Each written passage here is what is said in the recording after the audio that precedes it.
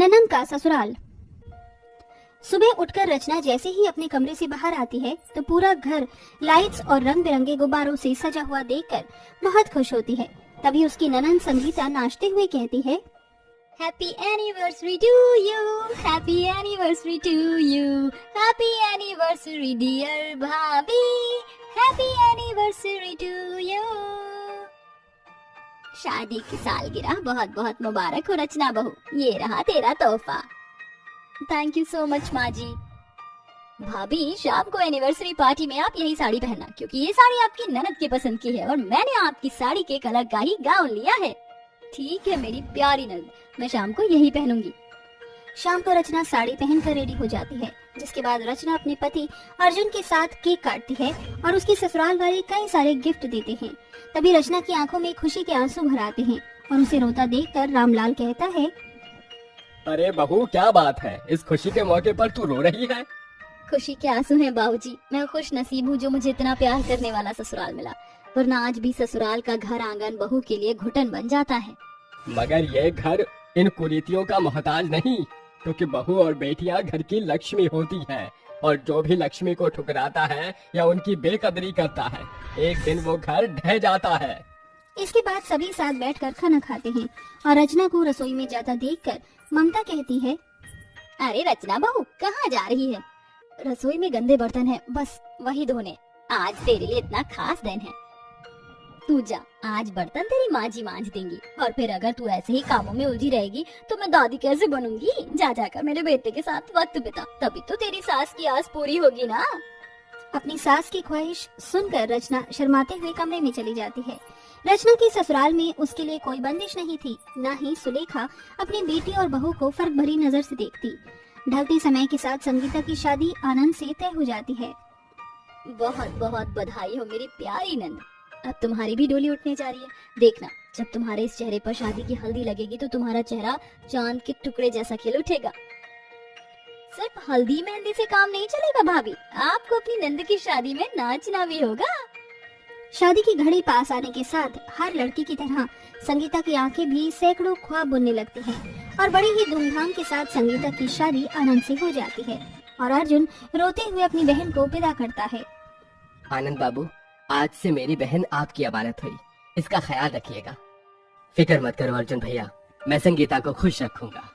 संगीता के ससुराल आते ही उसकी घमंडी ननंद नताशा कहती है, मम्मी देखो तो संगीता भाभी के मायके वालों ने कैसा थर्ड क्लास सामान दिया है, ये फर्नीचर तो 2-4 दिन में ही टूट फूट जाएगा। अरे आजकल तो गरीब घर वाले भी बेटी को दहेज में इम्पोर्टेड सामान देते हैं।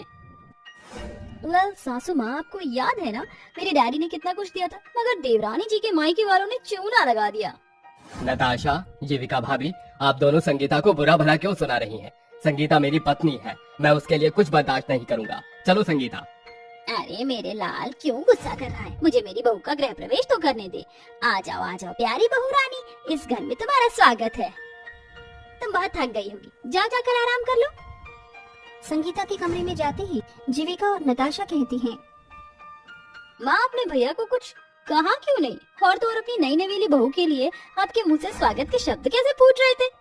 तो तू क्या चाहती है कि मैं भी जोश में होश खो दूं ताकि आनंद इस घर को छोड़कर चले जाए? शीला नाम है मेरा, इस नई बहू को ऐसा नाच नचाऊंगी कि इसकी 7 पुश्तें याद आ जाएंगी।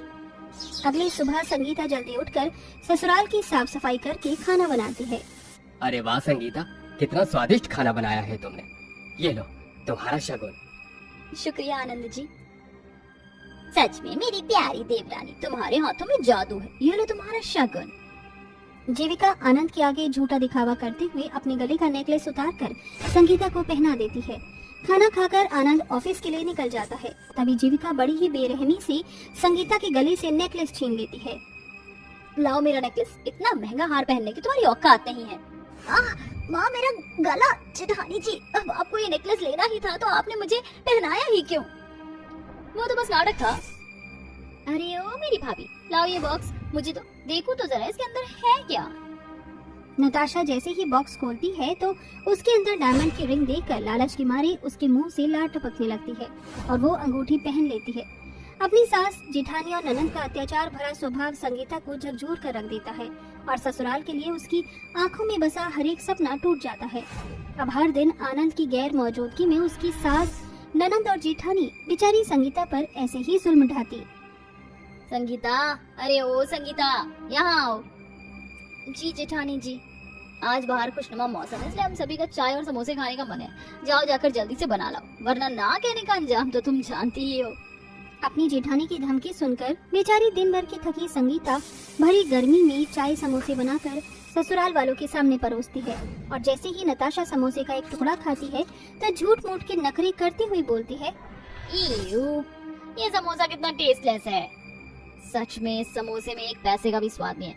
माँ जी, मुझे तो लग रहा है कि मेरी इस कामचोर देवरानी ने जानबूझकर इतने बेस्वाद घटिया समोसे बनाए ताकि हम फिर कभी इससे खाने पीने की फरमाइश ना दे। ये सुनकर शीला गुस्से में संगीता पर कप में रखा गर्म चाय उसके मुंह पर फेंक देती है, जिस कारण संगीता जलन के मारे तड़प उठती है। माँ, मेरा चेहरा जल रहा है, जेठानी जी पानी दीजिए। अरे मेरी देवरानी को पानी चाहिए, ये लो।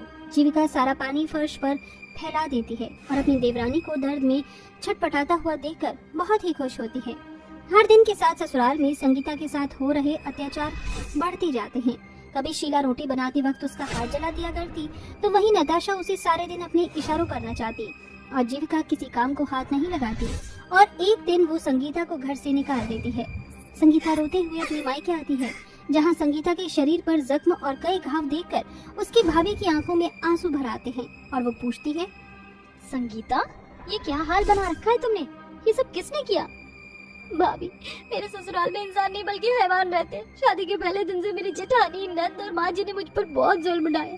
मैं ये सोचकर सहती रही कि मेरे भाई का मान मिट्टी में न मिले। कई बार जेठानी जी मुझे जलाकर मारने की कोशिश करती है और माँ जी मुझे कई दिनों तक भूखा रखती है और आज उन्होंने मुझे घसीटकर घर से निकाल फेंका।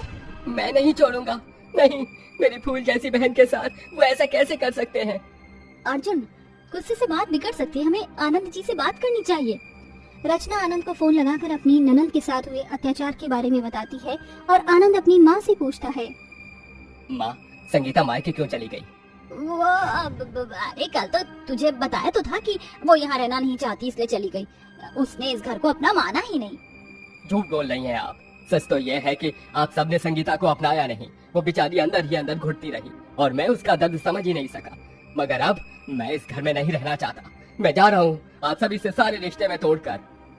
ऐसा कहकर आनंद दरवाजे की तरफ बढ़ता है तो संगीता अपनी भाभी रचना और सभी के साथ अंदर आती है। ठहरो आनंद, मैं नहीं चाहती कि मेरी वजह से ये घर टूटे। एक माँ से उसका बेटा छीनकर मैं खुश नहीं रह सकती। देख लिया माँ भाभी, नताशा जिसके साथ तुम सभी ने जानवरों जैसा सलूक किया, अभी वो अपनी नहीं तुम्हारे लिए सोच रही है। आंटी जी, मैं चाहूँ तो अपनी नंद के एक एक जख्मों का हिसाब ले सकती हूँ। आप सभी ने संगीता के साथ जो किया है उसकी सजा आपको दिला सकती हूँ, मगर मैं नहीं चाहती कि मेरी नंद का घर टूटे। अरे मैं भी एक घर की बहू हूँ, मगर मेरे माँ जी और ससुर जी ने मुझे बेटी बना कर रखा है। भगवान न करे कल को आपकी बेटी नताशा के साथ ऐसा हो, तब कैसा लगेगा आपको? रचना की बात सोचकर शीला की रूह कांप जाती है और वो उनसे माफी मांगती है। संगीता बहू, अपनी सास को माफ कर दे, मुझे तेरे साथ ऐसा नहीं करना चाहिए था। असली गुनाहगार तो मैं हूँ माँ जी, मेरे भड़कावे के कारण ये सब हुआ। संगीता, हो सके तो मुझे माफ कर देना। हाँ भाभी, मुझे भी माफ कर देना। आप सभी मुझसे माफी मत मांगिए, अभी मेरा घर है और आप मेरा परिवार। संगीता की ये बात उसकी ससुराल वालों का दिल छू लेती है, जिसके बाद संगीता अपनी ससुराल वालों के साथ एक नई शुरुआत करती है। कौशल्या अपने बेटों रोहित और अनुज की शादी ब्यूटी और काजल से कर देती है और उन्हें बहू बना कर ले आती है। तभी गृह प्रवेश के समय उसकी पड़ोसन नंदा और मंदा मुंह बनाकर बोलती है, अरे कौशल्या, ये कैसी काली गोरी बहू लाई है तुम? अरे यही तो मुझे भी हजम नहीं हो रहा नंदा। एक बहू तो चांद का टुकड़ा है और दूसरी अमावस की काली रात। बोलो भला, एक ही घर की बेटी होकर रंग में इतना फर्क। ब्यूटी जैसी गोरी बीवी पाकर अनुज की किस्मत तो चमक गई, मगर काली बीवी पाकर बेचारे रोहित की तो किस्मत फूट गई। अरे बंद करो तुम दोनों ये बेफजूल की बकबक। तुम दोनों जैसे नारद मुनि मेरी बहुओं का घर बसने से पहले ही ढा दोगी। वैसे भी शादी हो गई है, अब अपने घर जाओ। हाँ हाँ, जा ही रहे हैं, रुकना भी कौन चाहता है। हाँ। इसके बाद कौशल्या अपनी बहुओं का गृह प्रवेश कराती है। आ जाओ मेरी बहू, इस घर में तुम्हारा स्वागत है। अनुज, रोहित बेटा, अपनी बीवियों को अपने कमरे में ले जाओ। अनुज खुश मन से अपनी बीवी ब्यूटी को कमरे में ले जाता है। वहीं काजल का पति उसे दरवाजे पर ही छोड़कर चला जाता है। ये देखकर काजल कहती है, माँ जी, रोहित जी ऐसे क्यों चले गए? अरे कुछ नहीं बहू, जरूर वो थक गया होगा, रसोई में केसर का दूध का गिलास रखा है, लेती जाना। काजल दूध का गिलास लेकर कमरे में आकर कहती है, ये लीजिए रोहित जी, दूध पी लीजिए। नहीं चाहिए मुझे ये दूध। मेरी एक बात कान खोल कर सुन लो, मुझ पर हक जताने की कोशिश मत करना, दूर रहो मुझसे। रोहित गुस्से में दूध का गिलास गिराकर काजल को बुरा भला सुनाने लगता है, जिससे बेचारी काजल की आंखों में आंसू भर आते हैं और वह रोते हुए कहती है, रोहित जी, आप ऐसी बातें क्यों कर रहे हैं? अग्नि के साथ फेरे लेकर आपने मुझे अपनी पत्नी बनाया है। तुम्हें एक बार में समझ नहीं आती क्या? लुक एट योरसेल्फ, तुम मेरे लेवल की नहीं हो। मैं हमेशा से गोरी और सुंदर पत्नी चाहता था, क्या पता था कि तुम जैसी काली लड़की मेरी किस्मत में आ जाएगी। दूर हो जा मेरी आंखों के सामने से और मुझे सोने दे। ऐसा कहकर रोहित गुस्से में काजल को जोर से धक्का देता है, जिस कारण फर्श पर टूटा कांच काजल के पैर में चुभ जाता है और उससे खून निकलने लगता है। माँ, मेरा पैर। रोहित काजल को दर्द में छटपटाता छोड़कर सो जाता है। वहीं दूसरी तरफ अनुज अपनी पत्नी को शीशे के सामने खड़ा करके उसे हीरो का हार पहनाता है। This beautiful necklace for my beautiful wife. Wow, diamond का नेकलेस। यू नो व्हाट अनुज, ये हीरो का हार पहनना मेरा सपना था, जिसे आज तुमने पूरा कर दिया। तुम्हारा पति तुमसे बहुत प्यार करता है और देखो ये हीरो का हार तुम्हारे गोरे रंग पर कैसे चमक रहा है। इस तरह जहां काले रंग के कारण रोहित अपनी पत्नी को ठुकरा देता है, जिस कारण काजल का मन अपने पति के दिए तानों में घुलने लगता है और वह फर्श पर पड़ी हुई रोती रह जाती है। वहीं अनुज अपनी गोरी पत्नी के साथ खुशी के पल बिताता है। अगली सुबह काजल जल्दी उठकर नई बहू के सारे फर्ज बखूबी निभाती है। माँ जी, बाबू जी, चाय पी लीजिए। अरे बड़े बहू, ये तेरे पैर में चोट कैसे लगी है? कुछ नहीं बाबूजी, बस थोड़ी सी चोट लग गई है। इसके बाद काजल पहली रसोई में खाना बनाती है। सभी मेज पर बैठकर खाना खाते हैं। वाह भाभी, क्या यमी खाना बनाया है आपने। ये सुनकर रोहित खाना छोड़ देता है और काजल को गुस्से से घूर घूर कर देखते हुए बैग उठाकर ऑफिस चला जाता है। ऐसे ही दिन ढलते जाते हैं। अनुज अक्सर अपनी पत्नी ब्यूटी के लिए बहुत सारे तोहफे लेकर आता है। एक दिन ब्यूटी अपनी बहन को चिढ़ाती हुई कहती है, काजल बताओ तो कैसी लग रही है मेरी बालियाँ? पता है अनुज बड़े प्यार से लाए थे। तुम बहुत खुश नसीब हो मेरी बहन, जो तुम्हें इतना प्यार करने वाला पति मिला है। क्यों, जेठ जी तुम्हें अटेंशन नहीं देते क्या? हाँ, मगर बेचारे हमारे जेठ जी की भी क्या गलती है, बुरा मत मानना, मगर हर पति चाहता है कि उसे हूर की परी जैसी पत्नी मिले, मगर तुम इतनी काली हो कि उनकी ख्वाहिश टूट गई। ये तो होना ही था। एनीवे, मुझे शॉपिंग करने जाना है, बाय। ब्यूटी काजल को काले रंग का ताना मारकर अपने गोरे रंग का गुमान झाड़कर वहाँ से चली जाती है। तभी कौशल्या काजल से कहती है, काजल बहू, क्या बात है, तेरे और रोहित के बीच सब ठीक तो है? तुम्हारे बीच पति पत्नी का रिश्ता तो है ना? माँ जी, अब मैं आपसे कैसे बताऊं कि आपकी बहू शादीशुदा होकर भी अब तक कुंवारी है। मेरे और रोहित जी के बीच पति पत्नी जैसा कोई रिश्ता नहीं। मेरे काले रंग के कारण शादी की पहली रात ही उन्होंने मुझे ठुकरा दिया। शायद मेरी किस्मत में पति का प्यार नहीं लिखा। ऐसे कहते हुए काजल के दिल का दर्द आंखों से छलक जाता है और वह फूट फूट कर रोने लगती है और कौशल्या सारी रात सोचती रहती है। अरे क्या बात है भाग्यवान, क्या सोच रही हो? अजी, घर टूटने के डर से मैंने एक ही घर की दो बहनों को अपनी बहू बनाया, क्योंकि काजल बहू का स्वभाव मुझे पहले ही नजर में भा गया था। बहू तो अपना पत्नी धर्म निभा रही है, मगर क्या पता था कि मेरा बेटा ही उसका पति नहीं बन पाएगा। मेरे कारण किसी के घर की बेटी की जिंदगी खराब हो गई। कौशल्या रोते हुए सुरेंद्र को सारी बात बताती है। हौसला रखो भाग्यवान, देखना जिस दिन रोहित बहू के मन में झांकेगा उस दिन से काजल बहू की कदर करने लगेगा।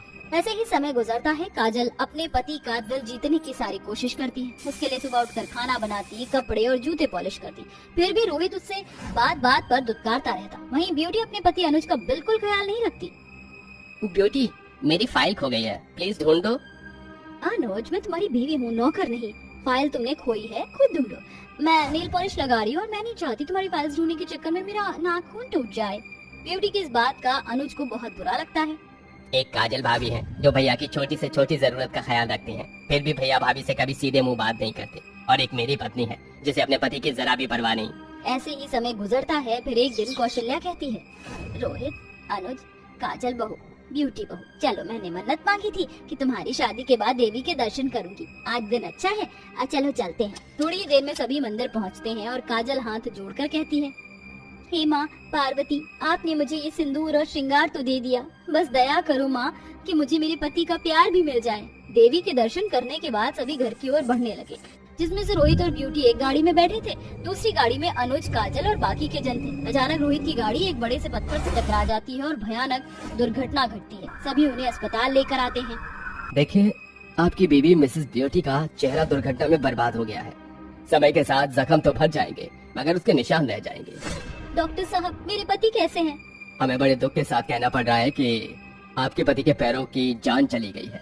आपको उनका ख्याल रखना होगा। घर आने के बाद जैसे ही ब्यूटी अपना बदसूरत चेहरा देखती है तो रोते हुए कहती है, नहीं, मेरी खूबसूरती मुझसे नहीं छिन सकती, मैं इतनी बुद्धि नहीं दिख सकती। ब्यूटी चुप हो जाओ। अनुज, तुम मुझे छोड़ तो नहीं दोगे ना? नहीं ब्यूटी, तुम आज भी मेरी पत्नी हो। मैं आज भी तुमसे उतना ही प्यार करता हूँ जितना पहले करता था। अपनी खूबसूरती खोने के बाद ब्यूटी का घमंड चूर चूर हो चुका था, मगर अब बारी रोहित की थी। काजल ने अपने पति के पैरों में जान डालने के लिए अपना दिन रात भूख प्यास सब झोंक दिया। वह रोहित के पैरों की दिन रात मालिश करती, यहाँ तक कि मंदिर से लेकर मजार की दर भी गई। रोहित जी, ये ताबीज बांध लीजिए, देखना आप जल्दी ठीक हो जाएंगे। काजल को इतना सब करता देखकर रोहित की आंखों के आगे उन दिनों की यादें उभर आती हैं जब वो उसे दुत्कारता था। काजल, काजल मुझे माफ कर दो, मैं एक अच्छा पति नहीं बन पाया। तुम्हें हमेशा तुम्हारे काले रंग के लिए कोसता रहा और तुम मेरे पीछे जान न्यौछावर करती रही। अरे मैं खुश नसीब हूँ जो तुम मेरी पत्नी हो। ये सुनकर काजल की आंखों में खुशी के आंसू भर आए। कुछ दिनों बाद रोहित अपने पैरों पर खड़ा हो गया और कौशल्या की काली गोरी बहुएं अपने अपने पति के साथ खुशी से रहने लगी। साथियों, इंसान की सुंदरता जिंदगी भर साथ नहीं रहती, बल्कि एक वक्त बाद ढल जाती है, मगर सच्चे रिश्ते अच्छी बुरी परिस्थिति में एक सी बनी रहती है।